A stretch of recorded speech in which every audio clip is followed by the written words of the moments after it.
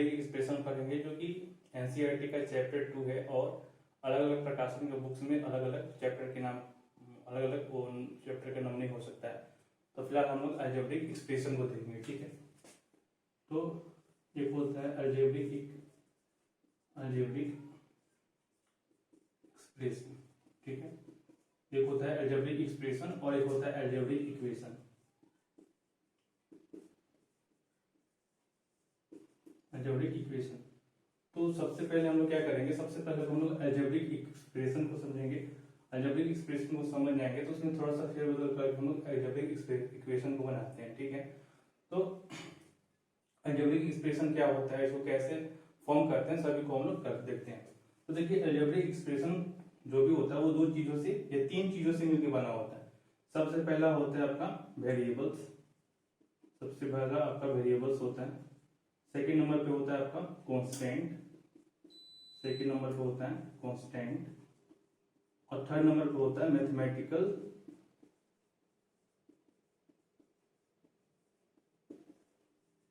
Mathematical sign होता है, ठीक है। इसको और नाम से भी जाना जाता है। तो देखिए, तो अलजेब्रिक एक्सप्रेशन में आपका वेरिएबल होगा। वेरिएबल्स का मतलब क्या होता है, जिसका वैल्यू अपने को अननोन है, ठीक है, जिसका वैल्यू हमको पता नहीं है। तो वेरिएबल्स में क्या हो सकते हैं, एक्स हो सकता है, वाई हो सकता है, जेड हो सकता है, ई हो सकता है, बी हो सकता है, सी हो सकता है, डॉट डॉट डॉट कुछ भी हो सकता है। मतलब X Y Z A B C इनमें से कुछ भी नंबर आपको दे सकता है, ठीक है। कांस्टेंट का मतलब होता है ऐसा नंबर जिसका वैल्यू हमको पता है, जिसका वैल्यू बदल नहीं सकता है, ठीक है, वो इसका वैल्यू फिक्स है। तो कांस्टेंट में आप नेचुरल नंबर लिख सकते हो, ठीक है ना। 1 हो सकता है, 2 हो सकता है, 3 हो सकता है सॉरी, इसमें हम लोग इंटीजर ले सकते हैं एक्सेप्ट 0, ठीक है। तो इंटीजर में क्या होता है, natural number 1 2 3 4 dot dot dot dot, उसके बाद -1 -2 -3 डॉट डॉट डॉट, आप लोग इस कांस्टेंट नंबर लिख सकते हैं, ठीक है। और मैथमेटिकल साइन का मतलब होता है, जैसे मैथमेटिकल साइन प्लस हो गया, माइनस हो गया, ठीक है ना, एक्सेट्रा, और भी कुछ और भी होते हैं। तो कहने का मतलब है कि अलजेब्रिक एक्सप्रेशन को फॉर्म करने में, बनाने के लिए हमको तीन चीजों की आवश्यकता पड़ती है, वेरिएबल्स, कांस्टेंट और मैथमेटिकल साइन। इन तीनों की कॉम्बिनेशन से आप अलजेब्रिक एक्सप्रेशन को बनाते हो। तो हम लोग एग्जांपल से उसको समझेंगे, हम लोग अलजेब्रिक एक्सप्रेशन का एग्जांपल क्या क्या हो सकता है। तो सबसे पहले हम क्या कर सकते हैं कि जैसे कि मैं एक अलजेब्रिक एक्सप्रेशन लिख रहा है, जैसे 4x + 3, ठीक है, 4x + 3। अब हम लोग इसको समझेंगे कि जो भी हमने देखा था कि अलजेब्रिक एक्सप्रेशन जो तीन ये वेरिएबल्स, कांस्टेंट और मैथमेटिकल साइन है, तीनों के कॉम्बिनेशन से फॉर्म होता है। हम लोग एक एक करके देखते हैं। इसमें वेरिएबल देखिए, ये वाला क्या है अपना कांस्टेंट है, ठीक है, ये वाला कांस्टेंट है, ये वाला वेरिएबल हो गया, ये वाला वेरिएबल हो गया, और ये मैथमेटिकल साइन हो गया, ये मैथमेटिकल साइन हो गया, ठीक है, और ये फिर से कांस्टेंट हो गया, ठीक है। हम लोगों ने क्या देखा, हम लोगों ने ये देखा कि कांस्टेंट वेरिएबल दोनों आपस में एक साथ आ सकते हैं या कांस्टेंट अलग आ सकता है, और दोनों प्लस या माइनस से जुड़े हुए होंगे। तो ये जो अपना बना वो बना अलजेब्रिक एक्सप्रेशन। अब हमने जैसे कि हम लोग इसको ऐसे भी लिख सकते हैं x + 3, ठीक है, ऐसे भी लिख सकते हैं, एक कांस्टेंट हो एक वेरिएबल हो, सॉरी एक वेरिएबल हो एक कांस्टेंट हो। हम ऐसे भी लिख सकते हैं 2x + y, जिसमें कि दोनों वेरिएबल हो। एक देखो मैं अलग अलग तरीके से बता रहा हूँ ना, एक वेरिएबल हो सकता है, एक कांस्टेंट हो सकता है, या फिर दोनों कांस्टेंट हो सकते हैं, या फिर आप लोग क्या कर सकते हो, ये पहला एग्जांपल है, ये दूसरा है, या फिर आप लोग क्या कर सकते हो कि एक वेरिएबल और कांस्टेंट को आपस में मल्टीप्लाई करके भी लिख सकते हो। जैसे कि ये वाला है, इसमें वेरिएबल और कांस्टेंट आपस में मल्टीप्लाई हुए हैं, प्लस में एक कांस्टेंट आया हुआ है, ठीक है। तो इन एक्सप्रेशन को बोलते हैं अलजेब्रिक एक्सप्रेशन। और इसमें थोड़ी सी बातें और उसको भी समझ लीजिए। अलजेब्रिक एक्सप्रेशन में जो भी ये वाला और ये वाला है, इसको टर्म बोलते हैं। टर्म का मतलब ये जो भी मैथमेटिकल साइंस से जितने जो भी अलग अलग जो आपको ये दिख रहा है इनको टर्म बोला जाता है। जैसे कि 4x एक टर्म हो गया, 3 एक टर्म हो गया, तो इसमें कितने टर्म है, इसमें 2 टर्म है, ठीक है। ऐसे इसमें देखें तो इसमें एक टर्म ये हो गया x, दूसरा टर्म ये हो गया जो कि प्लस साइन से दोनों आपस में जुड़े हुए हैं, इसमें भी 2 टर्म हो गए, इसमें भी आपका 2 टर्म हो गया। तो ऐसा नहीं है कि आपको 2 ही टर्म का अलजेब्रिक एक्सप्रेशन बनता है, और भी अलग अलग टर्म के बनते हैं। जैसे कि हम लोग एक और अलजेब्रिक एक्सप्रेशन समझ सकते हैं, जैसे कि मैं लिखूं 4x + 3y - 7, ठीक है ना। तो हमने क्या देखा, इसमें 3 टर्म हो गया, 3 टर्म हो गया। पहला टर्म ये हो गया 4x, सेकेंड टर्म में हो गया 3y और 7 एक और कांस्टेंट हो गया, ये भी एक टर्म हो गया जिसमें 3 टर्म है। इसमें कितने टर्म है? 3 टर्म है। ठीक है, तो हमने अभी क्या सीखा? हमने देखा कि एक अलजेब्रिक एक्सप्रेशन में कांस्टेंट और वेरिएबल और साइन की मदद से हम लोग अलजेब्रिक एक्सप्रेशन बनाते हैं। और जो ये जो अलग अलग साइन से जो अलग अलग जो दो के टर्म, जैसे कि अलग अलग ये टर्म अलग, ये जो ये 4x और 3y 7, इसको अलग मतलब टर्म बोलते हैं। 4x एक टर्म हो गया, 3y एक टर्म हो गया, 7 एक टर्म हो गया। ठीक, ये रहा। तो ये हमने देखा अलजेब्रिक एक्सप्रेशन। ठीक है, और अलजेब्रिक एक्सप्रेशन में क्या है? मोनोमियल होता है, बाइनोमियल होता है और ट्राइनोमियल होता है। तो इसमें घबराने की बातें नहीं है। क्यों नहीं है घबराने की बातें? क्योंकि जब आपने ये सब सीख लिया ना, तो उसको भी आप आसानी से समझ सकते हो। जैसे कि मैं इसको मिटा रहा हूँ, ठीक है ना, तो मैं इरेज कर रहा हूँ। अब देखिए, जैसे कि मोनोमियल क्या है? मोनोमियल है। ठीक है, मैंने बोला मोनोमियल होता है, बाइनोमियल होता है और होता है ट्राइनोमियल। ट्राइनोमियल, ठीक है। अब देखिए ध्यान से, मोनोमियल का मतलब होता है ऐसा अलजेब्रिक एक्सप्रेशन जिसमें एक टर्म हो। ठीक है ना, तो मोनोमियल के एग्जांपल हो सकता है x, ये पहला एग्जांपल हो गया। सही, दूसरा एग्जांपल y हो सकता है, तीसरा एग्जांपल z हो सकता है। मतलब कहने का मतलब ऐसा अलजेब्रिक एक्सप्रेशन जिसमें केवल एक ही टर्म है, उसको आप मोनोमियल बोलोगे। मोनो मतलब होता है वन, ठीक है, वन बोल दो, सिंगल बोल दो। मोनो मतलब वन होता है, बाई मतलब होता है 2 और ट्राई मतलब होता है 3। तो ये नाम कैसे कैसे पड़ा? जिस अलजेब्रिक एक्सप्रेशन में एक ही टर्म हो उसको मोनोमियल बोलेंगे, और जिस अलजेब्रिक एक्सप्रेशन में दो टर्म हो उसको बाइनोमियल बोलेंगे। जैसे मैं लिख ली x+2, ये पहला एग्जांपल हो गया। दूसरा एग्जांपल y-2 या फिर x-y, ठीक है ना। तो ये बाइनोमियल हो गया, जिसमें ऐसा अलजेब्रिक एक्सप्रेशन जिसमें दो टर्म है उसको बाइनोमियल बोलते हैं। ऐसे ही ट्राइनोमियल का मतलब होता है ऐसा अलजेब्रिक एक्सप्रेशन जिसमें 3 टर्म होते हैं। ठीक है ना, तो उसको हम सॉरी इसको हम लोग ट्राइनोमियल बोलते हैं। जैसे कि मैं लिख दे x+2y+3, ठीक है। ये एक अलजेब्रिक एक्सप्रेशन है। क्यों अलजेब्रिक एक्सप्रेशन है? क्योंकि इसमें कांस्टेंट, अलजेब्रिक साइन और वेरिएबल अलजेब्रिक साइन और कांस्टेंट की मदद से मिलाकर ये एक्सप्रेशन फॉर्म किया गया, इसको अलजेब्रिक एक्सप्रेशन बोलते हैं। और ये ट्राइनोमियल है। क्यों? क्योंकि इसमें 3 टर्म है। पहला टर्म ये हो गया, दूसरा टर्म ये हो गया, तीसरा टर्म ये हो गया। ठीक है, ये अपना ट्राइनोमियल का एक एग्जांपल हो गया। ठीक है, तो हमने भी क्या देखा? अलजेब्रिक एक्सप्रेशन देखा, और इसमें देखा कि इसको वेरिएबल क्या होता है, कांस्टेंट क्या होता है, मैथमेटिकल साइन क्या होते हैं, और मोनोमियल, बाइनोमियल, ट्राइनोमियल को हमने देखा। ठीक है, अब हम लोग अलजेब्रिक एक्सप्रेशन को भी अलजेब्रिक इक्वेशन को भी देख लेते हैं। ठीक है ना, उसको भी देख लेते हैं। तो देखिए इसमें अलजेब्रिक एक्सप्रेशन और अलजेब्रिक एक्सप्रेशन में माइनर सा अंतर होता है, उसको भी देख लेते हैं। जैसे कि मैं एक अलजेब्रिक एक्सप्रेशन लिख दूं, जैसे 4x + y + 7, ठीक है, और मैं इसको क्या कर दूं ना, यहाँ पे इक्वल टू का साइन लगा दूं। ठीक है ना, मैं यहाँ पर अगर इक्वल टू का साइन लगाकर इधर 0 लिख दूं, या फिर मैं 4x + y + 11 - 4 = 0 लिख दूं। ठीक है, तो इसका मतलब कभी भी आप यहाँ पे मैं अगर 4 लिख देता हूँ, ठीक है ना, मैं दोनों अलग अलग एग्जांपल देना चाहता था। ठीक है, अब क्या होता है कि अलजेब्रिक इक्वेशन में क्या होता है ना, इक्वल टू का साइन लगा होता है। कहीं भी आपको अलजेब्रिक इक्वेशन दिखे और उसमें इक्वल टू का कहीं भी आपको अलजेब्रिक एक्सप्रेशन दिखे और उसमें इक्वल टू का साइन लगा हुआ मिल जाए, तो आप उसको मानेंगे कि अलजेब्रिक इक्वेशन आपको दे रखा है। तो अलजेब्रिक इक्वेशन में हम लोग वेरिएबल की वैल्यू जो होता है फाइंड आउट करते हैं। ठीक है, तो इसको भी आप सॉल्व करोगे तो वही पाओगे। मतलब कहने का इक्वल टू के इधर राइट साइड में आपको 0 भी लिख सकता है, या फिर एक बहुत बड़ा नंबर भी लिखा हुआ मिल सकता है, इक्वेशन मिल सकता है। तो जब हम लोग राइट हैंड के जो इक्वेशन होता है, एक्सप्रेशन होता है, उसको लेफ्ट हैंड में लाएंगे, उसको सॉल्व करेंगे, तो इधर फाइनली 0 बचेगा। कैसे? इसको हम सॉल्व करेंगे तो क्या होगा? 4x + y + 11, और इसको इधर लाएंगे तो -4 = 0। तो फिर से ये अपना इक्वेशन जो है ना ऊपर वाला ही बन गया। देखिए +7 = 0। तो आपको ऐसे भी लिखा हुआ मिल सकता है, और मतलब कि राइट हैंड साइड में 0 भी लिखा हुआ मिल सकता है, इधर कोई नंबर या वेरिएबल भी लिखा हुआ मिल सकता है। ठीक है, तो अलजेब्रिक एक्सप्रेशन अलजेब्रिक इक्वेशन में डिफरेंस क्या है कि अलजेब्रिक इक्वेशन में इक्वल टू का साइन आपको लगा हुआ मिलेगा। ठीक है, और इसको हम लोग अलजेब्रिक इक्वेशन बोलते हैं। ठीक है ना, अब देखिए क्या है कि इसमें बहुत अच्छे से क्वेश्चन बनते हैं। ठीक है ना, जैसे कि ऐड कैसे करना है, दो अलजेब्रिक एक्सप्रेशन को ऐड कैसे करना है, सबट्रैक्ट कैसे करना है, वगैरह वगैरह करके बहुत सारा क्वेश्चन बनता है। तो हम लोग क्या करेंगे, एनसीईआरटी की जो भी क्वेश्चन है ना, एक्सरसाइज 1, 2 ऐसे सॉल्व करते चलेंगे। और अगर एनसीईआरटी का आप क्वेश्चन सॉल्व कर लेते हो, तो आप किसी भी एडिशन का बुक पढ़ोगे ना, वो हो जाएगा। ठीक है ना, बशर्ते आप इसको ध्यान से समझ लो और पढ़ लो। ठीक है।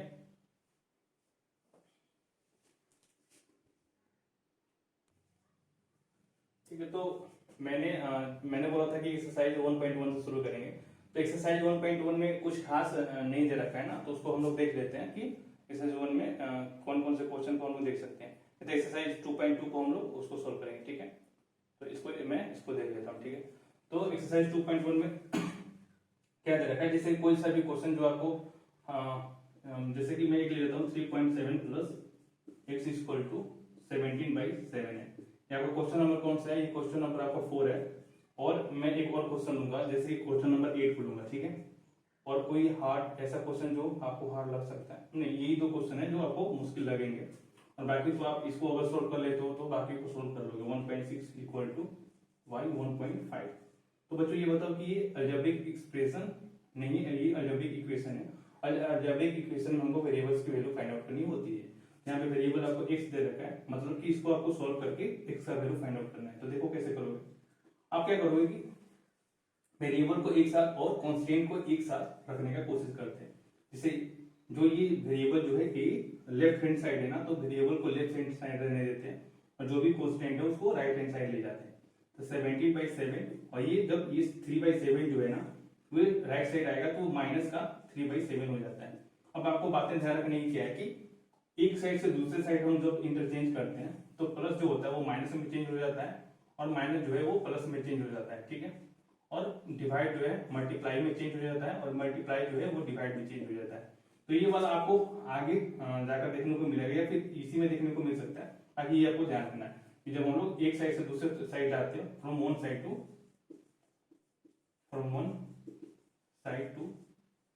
अनदर साइड, ठीक है। तो ये आपको देखने को मिलता है, ठीक है। अब देखिए इसको समझते हैं। मैंने बोला कि अगर एक साइड से दूसरे साइड जाते हैं तो ऐसे चेंज होता है। तो इधर प्लस का है तो प्लस 3/7 है, तो राइट हैंड साइड आएगा तो माइनस का 3/7 आएगा। अब इसको हम फाइनली जो हम लोग एलसीएम जानते हैं उसको नीचे का एलसीएम लेंगे और बाकी इसको सॉल्व कर देंगे। तो आप कर दो, तो एलसीएम लगो तो 7 और इसको सॉल्व करो तो ये 70 और -3 आपका कितना आ गया 14/7 है कि x का वैल्यू 2 आ गया, ठीक। तो ये रहा। अब इसको देखो क्या करते हैं। अब मैंने क्या बोला कि वेरिएबल को एक साथ रखो और जो भी आपका कांस्टेंट है उसको एक साथ रखो, ठीक है ना। क्योंकि अलजेब्रिक इक्वेशन में हमको वेरिएबल्स की वैल्यू फाइंड आउट करनी होती है। तो यहाँ पे आपका वेरिएबल y है और ये दोनों कांस्टेंट है। तो देखो क्या करेंगे, मैंने क्या बोला कि अच्छा ये बताओ बच्चों, क्या तुम इसको समझ सकते हो क्या कि y अपॉन 1.5 इसका मतलब क्या हुआ कि मतलब y में 1.5 से डिवाइड हो रहा है, ठीक है। तो यहाँ पे लिख सकते हैं 1.6 इक्वल टू y इंटू 1/1.5। इसको ऐसे भी लिख सकते हैं, ठीक है। इसको क्या ऐसे भी लिख सकते हैं, ठीक है। अब मैंने क्या बोला कि इसको ऐसे भी लिख सकते हैं और ये y के डिवाइड, चलो ऐसे ही रहने दो, ठीक है ना। y को ये 1.5 डिवाइड कर रखा है, ठीक है। अब देखो क्या होता है, जो डिवाइड होता है वो मल्टीप्लाई में चला जाता है, ठीक है ना। ठीक है, तो हम लोग क्या करेंगे, तो ये देखो क्या है कि हम लोग जो भी ये वेरिएबल है उसको राइट हैंड साइड ही रखते हैं और कांस्टेंट को लेफ्ट हैंड साइड लाते हैं, ठीक है ना। तो y को राइट हैंड साइड रहने दो और यहाँ पे डिवाइड है ना, तो यहाँ पे आके मल्टीप्लाई, इसमें मल्टीप्लाई हो जाएगा। तो 1.6 इंटू 1.5, यहाँ पे देखो यहाँ पे डिवाइड करा, y को डिवाइड कर रखा है यहाँ पे, तो यहाँ पे आके इसके साथ मल्टीप्लाई करेगा। कहने में क्या बोला था, जब एक साइड से दूसरे साइड जब जाता है ना तो माइनस डिवाइड का इंटू हो जाता है। तो y को डिवाइड करा था 1.5, इसमें आके फिर मल्टीप्लाई करेगा, ठीक है। मेरे ख्याल से आप इसको सोल्व करना जानते होंगे, सोल्व कर लेते हैं। y इक्वल टू कितना हो गया, चलो इसको y को इधर ही रहने देते हैं तब कंफ्यूज हो जाओगे। तो ये कितना 16 इंटू 15/100, ठीक है। क्योंकि यहाँ पे डेसिमल इसका आपको पता होगा कि जब डेसिमल हटता है तो यहाँ पे जीरो बैठता है। 2 डेसिमल हटाए मतलब एक के साथ 2 जीरो बैठेगा, तो y का वैल्यू ये हो गया। अब इसको सॉल्व कर लो। 16 और 15 को यहाँ से आप कट भी कर सकते हो या फिर डायरेक्टली सॉल्व कर सकते हो। 16 इंटू 15 कितना, 56 का 90 जीरो आ गया, फिर 9 बचा और 15 में 9 जोड़ोगे तो आप कितना होगा 24, ठीक है। नीचे का है 100, तो इसको सॉल्व कर दो, कट कर दो, तो आपका आंसर 2.4 आ गया, ठीक है। तो y का वैल्यू आ गया 2.4, ठीक है। तो ये आपने मतलब एक्सरसाइज 1.1 जो है उसका जो हार्ड क्वेश्चन है बस यही है, ठीक है ना। और आगे आप लोग कर सकते हो, करने की कोशिश करना। और क्या है बच्चों की, ये अपना एक्सरसाइज 1.1 होगा, ठीक है ना। अब हम लोग क्या करेंगे कि एक्सरसाइज 2.2 को सॉल्व करेंगे, ठीक है। और हम लोग क्या करेंगे कि उसमें जो भी हार्ड क्वेश्चन है या फिर पूरे को सेकंड वाला सॉल्व करूंगा, ठीक है। तो देखिए 2.2 में क्या वो रखा है, और ये देखो 2.2 जो है ना बहुत अच्छा क्वेश्चन है, ठीक है ना। मैंने और भी बहुत सारे प्रकाशन का बुक देखा है, लेकिन ऐसे क्वेश्चन उसमें आपको देखने को नहीं मिलते हैं। तो 2.2 जो है उसको आपको अच्छे से देखना है। तो पहला क्वेश्चन क्या है, आप एनसीईआरटी बुक जो है आप खोल के पढ़िएगा, या फिर मैं एनसीईआरटी साइड में मैं क्वेश्चन को भी आपको दे दूंगा, ठीक है। तो पहले क्या, if you subtract 1/2 from A number and multiply the result by 1/2 you get 1/8, what is the number. और बच्चों क्या बोल रखा है कि ये बोला कि कोई एक नंबर है, ठीक है ना, मुझे नहीं पता कि वो कौन सा नंबर है। जो मुझे नंबर नहीं पता तो मैं इनको कुछ भी नंबर होगा तो मैं उसको ए मान लूंगा, या फिर एक्स मान सकता हूँ, कुछ भी मान सकता हूँ, ए मान लो, एक्स मान लो, वाई मान लो। अब क्वेश्चन क्या बोला कि कोई एक नंबर है, उसमें से जब मैं 1/2 को सबट्रैक्ट करता हूँ, तो मैं इसमें से 1/2 को सबट्रैक्ट करता हूँ, और फर्दर क्या बोल रखा है, and multiply the result by 1/2। और मैं एक नंबर में से 1/2 को सबट्रैक्ट किया और फिर मैं उसको 1/2 से मल्टीप्लाई करता हूँ, तो फाइनली हमको क्या मिलता है, 1/8 मिलता है। तो जब मैं एक नंबर में से 1/2 को सबट्रैक्ट करता हूँ, उसमें 1/2 से मल्टीप्लाई करता हूँ, तो फाइनली हमको ये रिजल्ट मिलता है। तो क्वेश्चन बोल रहा है कि आप ये बताओ कि फाइनल जो आपका नंबर है वो कितना है, जो पहले आप किस नंबर में से ये घटा, मतलब कि ए का वैल्यू फाइंड आउट करने के लिए बोल रखा है। तो इसको सोल्व करते हैं, ठीक है ना। तो ये बात हमेशा ध्यान रखना कि जब एक साइड से दूसरी साइड जब भी प्रोसेस होता है, जब भी हम लोग सोल्व कर रहे होते हैं, तो प्लस का माइनस हो जाता है, डिवाइड का सॉरी ठीक है, माइनस का प्लस हो जाता है, डिवाइड का इंटू हो जाता है, और इंटू का डिवाइड हो जाता है, ठीक है। अब इसको मैं समझा दूंगा, ठीक है ना। अब देखिए मैंने क्या बोला था, मैं पहले से भी बोलते रहा हूँ कि हम लोग कोशिश क्या करते हैं कि वेरिएबल को एक साइड रखे और जो भी कांस्टेंट उसको एक साइड रखे। तो इसको सॉल्व करें, 1/2 अब क्या होगा, इक्वल टू में 1/8 है। अब क्या है कि देखिए ये यहाँ पे क्या है कि ये मल्टीप्लाई में, ठीक है ना, यहाँ पे क्या है, ये मल्टीप्लाई में, तो मल्टीप्लाई में तो इधर जाके क्या होगा, डिवाइड में हो जाएगा, यानी कि 1/2 डिवाइड में हो जाएगा, ठीक है। तो इसका मतलब क्या होगा कि 1/8 इंटू 2/1, इसका मतलब ये होगा। या फिर आप ऐसे भी समझ सकते हो, ऐसे समझो तो आपको ऐसे लिखना पड़ेगा क्योंकि 1/8 में पूरे को डिवाइड करना पड़ेगा। या फिर आप ऐसे भी समझ सकते हो, जब भी आपको नॉमिनेटर डिनोमिनेटर के फॉर्म में दिया रहता है, तो ये इसके साथ मल्टीप्लाई हो जाता है, ये इसके साथ मल्टीप्लाई होता है, ठीक है।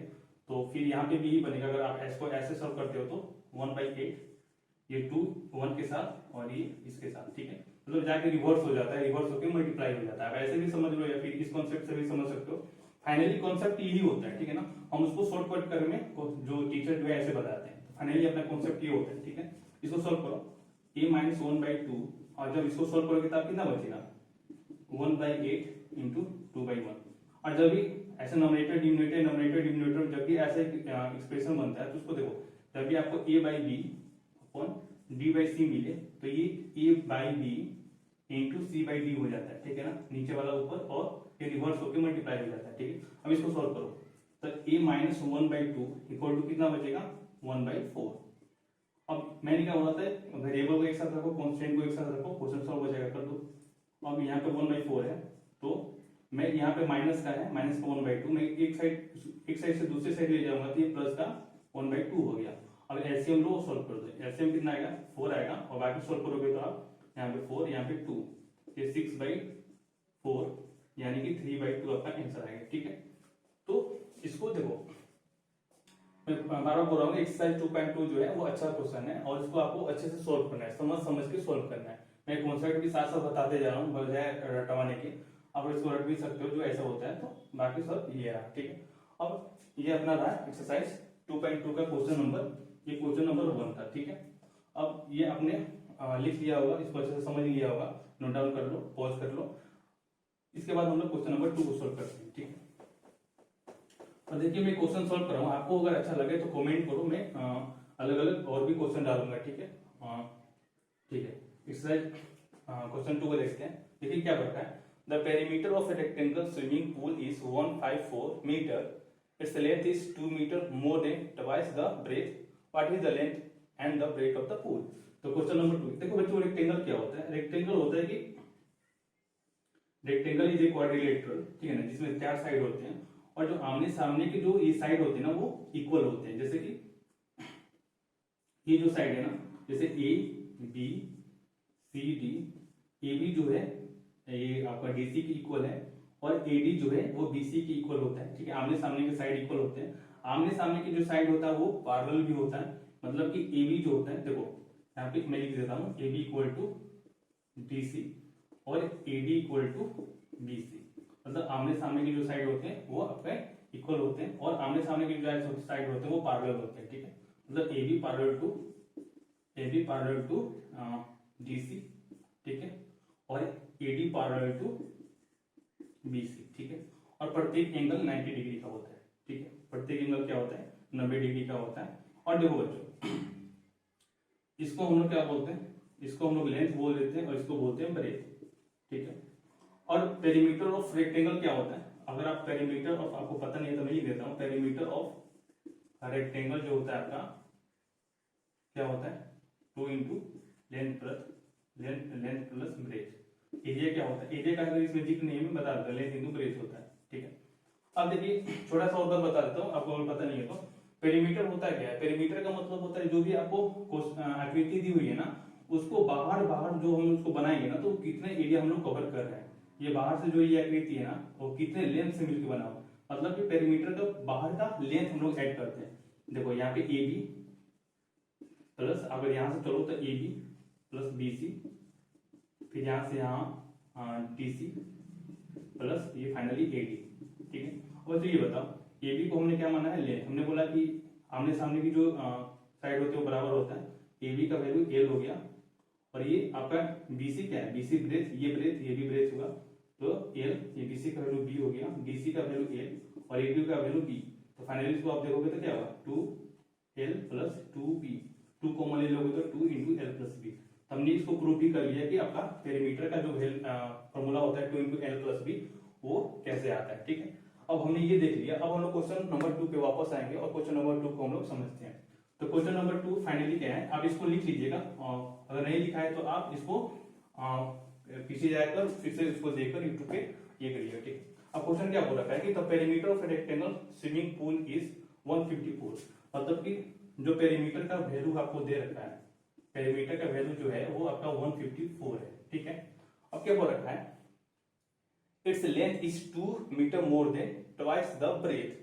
अब देखो बच्चों क्या है कि मैं इसको ब्रेथ को बी मान लेता हूँ, लेंथ को एल मान लेता हूँ और बाकी क्वेश्चन को सॉल्व करता हूँ। क्या बोल रखा है कि the perimeter of rectangle swimming pool is ना, the length is 2 metre more than twice the breadth. मतलब जो लेंथ है ना बच्चों, लेंथ है वो ब्रेथ के ट्वाइस का भी 2 ज्यादा है। मतलब आप ब्रेथ को 2 गुना कर देते हो, उसमें फिर 2 जोड़ते हो ना, तो वो लेंथ के इक्वल आता है। तो ठीक है, क्वेश्चन आपका ये वर्क है, ठीक है। 2 metre more than twice the breadth, 2 metre more है, ब्रेथ पे ट्वाइस करने से 2 ज्यादा है, तो ये आपका ये हो गया। अब देखिए अब क्या बोल रखा है कि आप इसके बाद बोल रखा है ना कि what are the length and the breadth of the pool, length और ब्रेथ आपको फाइंड आउट करना है। तो हम लोग क्या करेंगे कि देखिए पेरीमीटर का क्या होता है formula 2 into L plus B, ठीक है। इसका वैल्यू कितना दे रखा है 154, ठीक है बच्चों। तो हम लोग इस पे वैल्यू रख देते हैं, ठीक है। 2 तो रहेगा ही रहेगा। लेंथ का वैल्यू कितना दे रखा है यहाँ पे 2b plus B, 2b plus B length का वैल्यू ये दे रखा है, ठीक है। और ब्रेथ कितना है, ब्रेथ को हमने बी माना था तो बी को यहाँ पे बी रहने दो, और जो इक्वल टू का साइन है 154 हम लोग दे देते हैं। इसको सॉल्व कर लो, देखो क्या आता है 2 इंटू 2b प्लस 1b यानी कि 3b प्लस 2 इक्वल टू 154, ठीक है। और मैं नीचे मेरे जगह नहीं है ना, तो उसको मैं ऊपर यहाँ पे लिख देता हूँ, ठीक है ना, इसके यहाँ पे लिखता हूँ, ठीक है। अब इसको समझो क्या होता है 3b प्लस 2 इक्वल टू 154/2। मैंने इसको ऐसे कैसे लिख लिया, मैंने पहले भी बताया कि जब ये देखो इसमें मल्टीप्लाई है, 2 मल्टीप्लाई करा इसमें, तो जब ये साइड चेंज करेगा तो इसमें डिवाइड कर देगा, ठीक है ना। तो जब ये साइन मल्टीप्लाई का साइन, जब ये दोनों के बीच में मल्टीप्लाई का साइन है और ये 2 जब अपना साइड चेंज करेगा तो 154 के नीचे इसको डिवाइड करेगा। तो इसको डिवाइड कर कितना आता है, देखो 7 आ गया, 77, ठीक है ना। तो यहाँ पे इसको डिवाइड करोगे तो कट करोगे तो 77। अब देखो 3b प्लस 2 इक्वल टू 77, और यहाँ से मैंने बोला है ना कि वेरिएबल को एक साइड कर लेते हैं, कांस्टेंट को एक साइड ले लेते हैं, ऐसे ही सॉल्व करते हैं। तो 3b आपको एक साइड रखो 77, ये प्लस 2 है, इधर आएगा तो -2, 3b इक्वल टू कितना आ गया 75, b का वैल्यू कितना आ गया 25। अब आपको लेंथ और ब्रेथ बोला है, आप ब्रेथ आपको फाइंड आउट पता चल गया कि 25 है, और लेंथ का यहाँ पे लेंथ में इस वैल्यू को पुट कर दो b का, तो आपका लेंथ निकलेगा। तो लेंथ क्या है 2b प्लस 2, तब b का वैल्यू रख दो l equal to 2 into 25 plus 2, ये कितना आ गया 25 इंटू 2 50 प्लस 2 यानी कि 52, ठीक है। तो कैलकुलेशन अपना सही होगा तो आंसर बिल्कुल सही है। अब क्या है कि मैंने आज क्वेश्चन नंबर 2 तक बताया और इसके आगे मैं नेक्स्ट वीडियो में इसको मैं बताऊंगा, ठीक है।